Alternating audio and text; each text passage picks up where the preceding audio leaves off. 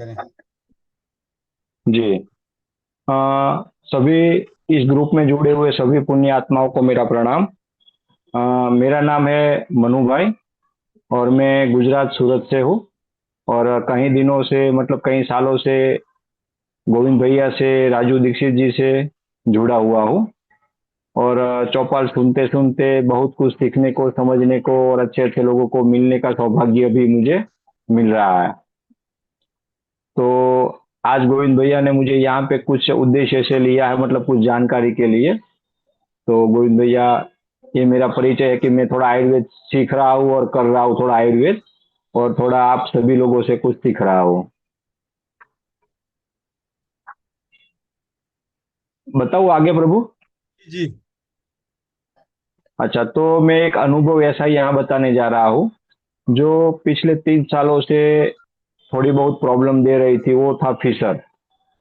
Fisher की जो problem है उसमें क्या होता है कि मल द्वार में कट लग जाती है, और उसी की वजह से जब भी मोशन जाते हैं, पेट साफ करने के लिए जाते हैं, तो जलन होती है, दर्द होता है, और वो बहुत ही असहनीय दर्द होता है। तो उसके लिए थोड़ा आयुर्वेद का नॉलेज था।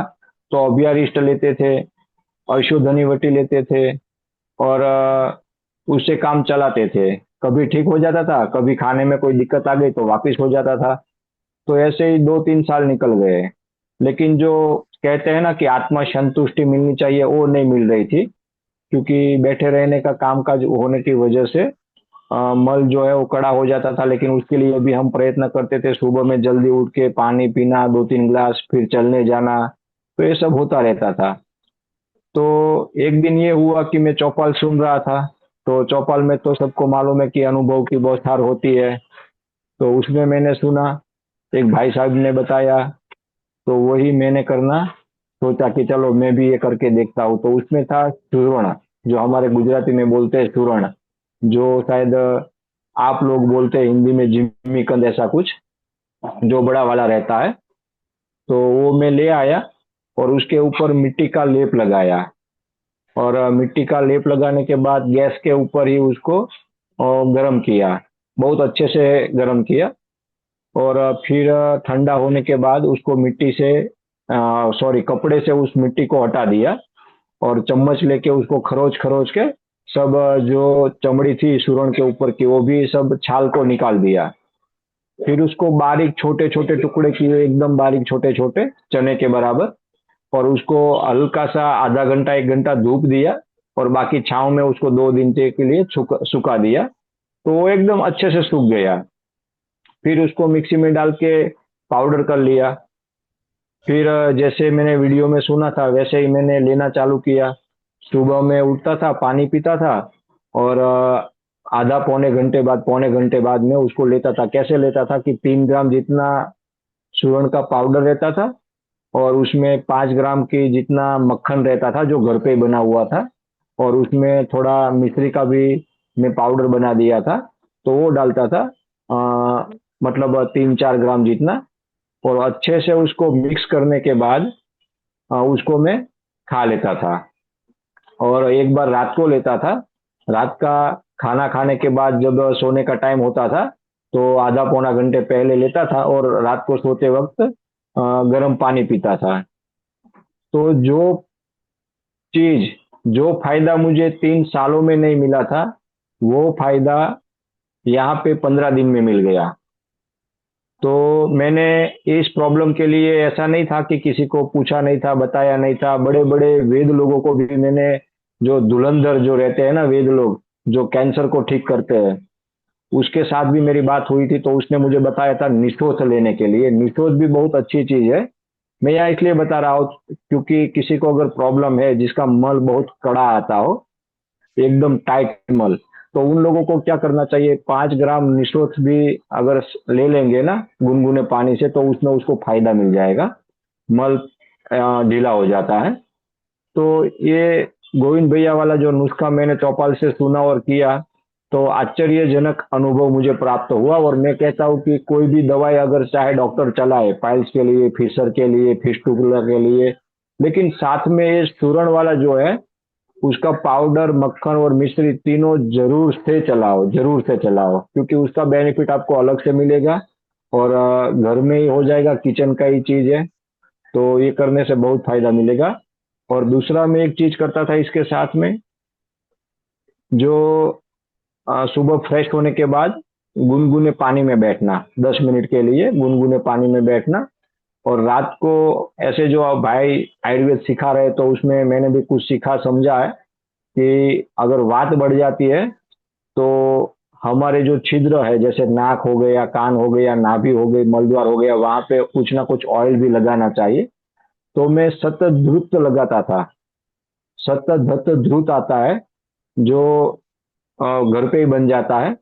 घी को ठंडे पानी से कांसे के बर्तन में घोट घोट के, मतलब उसको घुमा घुमा के 108 बार पानी को निकालना है, नया डालना है, फिर निकालना है। ऐसे करते करते वो द्रुत बन जाता है, जो बहुत ही अच्छी तरह से काम लगता है।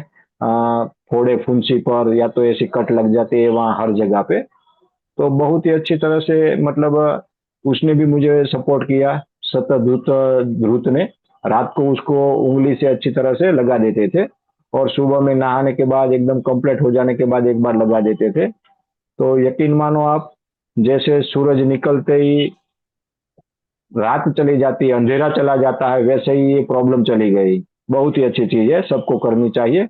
ठीक है प्रभु जी, तो यहाँ पे मैं अपना वक्तव्य खत्म करता हूँ, अपनी बात को खत्म करता हूँ। वंदे मातरम। जय गौ माता। देखो माता, बहुत ही बहुत बहुत धन्यवाद भैया। आपने बहुत ही सरल तरीके से और इस तरीके से सारी चीजें समझा दी कि किसी का प्रश्न नहीं आएगा। और यहाँ पे उपस्थित 154 परिवार, इन सभी के सानिध्य में आज के बाद आपके जानकार, आपके परिजन या जाने अनजाने जब भी कोई बवासीर से पीड़ित है, फिसुला से पीड़ित है, फीसर से पीड़ित है, तो आप उन्हें दुष्प्रभाव रहित सरल घरेलू उपचार, परंपरागत, और इसका जो सबसे पहला परीक्षण मेरे जानकारी में जो मिली, इलाज तो मैंने कईयों को पहले इसे पढ़ के बताया, लेकिन किसी ने किया नहीं। मेरे भांजे के पिताजी के साथ समस्या थी, उन्होंने इसे अपनाया, और अपनाने के बाद उनका तो इतना बेहतरीन परिणाम मिला कि जो मांसाहारी थे और अब खाने पीने वाले व्यक्तित्व, जीवन जीने वाले, उनका सारा वो खाना पीना और व्यक्तित्व जो जीवन था, वो सारा नष्ट हो चुका था इस समस्या के कारण। और इसे सेवन करने के बाद अब आज हो गए हैं लगभग 8 महीने, दोबारा लौट के वापस नहीं आया। जी प्रभु जी, बहुत ही अच्छी चीज है।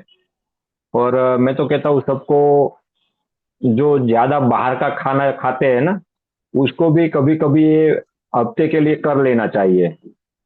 चाहे प्रॉब्लम थोड़ी बहुत रहती है कब्ज की, तो भी कर लेना चाहिए, क्योंकि इसके बाद क्या हुआ, ये चालू करने के बाद जो हल्का फुल्का कब्ज रहता था, 50% समझ लो कब्ज रहता था, वो भी खत्म हो गया, अपने आप खत्म हो गया मक्खन की वजह से। जी भैया। अब यहाँ पे कुछ आपके इस अनुभव के साथ, प्याज की तरह हमारी चौपाल पे जो है प्याज छीले जाते हैं, एक एक परत उतारी जाती है। तो पहली परत मक्खन कौन सा था? हाँ प्रभु जी, हमारे घर पे जो दूध आता है, मतलब वो भैंस का ही आता है। तो वही घर पे मेरे धर्मपत्नी जो है वो मिला के, मतलब मक्खन बनाती थी, तो वही मक्खन में यूज करता था। जी लेकिन मुझे बचपन से मक्खन ज्यादा पसंद है, तो मैं थोड़ा ज्यादा ही लेता था। जी जी। चलिए, बाकी और और एक पाउडर की फोटो भी दिखा दो, अगर देखना चाहे तो। पाउडर है। दिखा दें। कैमरा कैसे होगा आगे? ऊपर टच कीजिएगा तो एक कैमरा बना होगा, उसको बैक कर दीजिए। हाँ, ये रहा पाउडर। दिख रहा है प्रभु जी पाउडर? जी। हाँ, एक बार इतना खत्म कर चुके हैं, ये दूसरी बार का है। हाँ। तो आपने कितने दिन लिए? हाँ, 15 दिन, अच्छा 15-17 दिन हुए। हाँ, और उसमें शादी में भी जाना हुआ, शादी का खाना भी हुआ, तला तीखा भुना हुआ सब खाना भी हुआ, लेकिन कोई दिक्कत नहीं। ऐसा लगा कि दोबारा से 3 साल बाद अच्छे से एक खाने का मौका मिल गया है। क्योंकि मैं थोड़ा आयुर्वेद को जानता मानता हूँ, समझता हूँ, तो मैं बहुत ही अच्छे से परहेज करता था खाने पीने में। और 2 ही टाइम खाता था, सुबह और शाम, और वो भी हल्का ही खाता था। लेकिन अभी ऐसा लगा कि नहीं, खाने का फिर एक बार मौका मिला। जी। और इस पे जो मिट्टी लगाई ओल, जिम्मी कांद बिहार की भाषा में ओल और सूरन कहते हैं, तो मिट्टी कौन सी लेकर आए थे? प्रभु जी, वो हमारे गमले में ही, हमारे छत पे कुछ गमले लगाए थे, उसमें मिट्टी थी, वो ही लगा दी थी। थोड़ा लेप कर दिया था उसके ऊपर, जैसे मुंह पे वो जो अपना लेप करते हैं ना, वैसे उसके ऊपर पूरा लेप कर दिया था। जी। और थोड़ी देर सूखने दिया, बाद में लगा दिया गैस के ऊपर, रख दिया। और अच्छी तरह से घुमा घुमा के, जैसे बैंगन को भरते बना के वो घुमाते, ऐसे घुमा घुमा के पूरा सीख लिया। जी।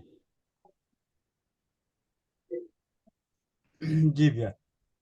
अगला जी। सवाल यही था कि आपने आग उपले की इस्तेमाल करी थी या गैस की, तो लेकिन आपने जवाब दे दिया। मतलब उसे किसी भी तरीके से गर्म ही करनी है, चाहे आप आग जी।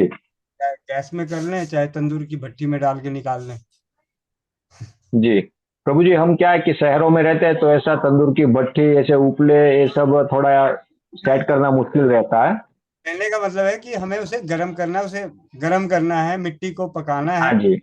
चाहे वो गैस पे पका लें, चाहे कंडों पे रख के पका लें, या भट्टी में डाल के पका लें, मतलब पकाना है। जी। जी। जी जी। प्रभु जी।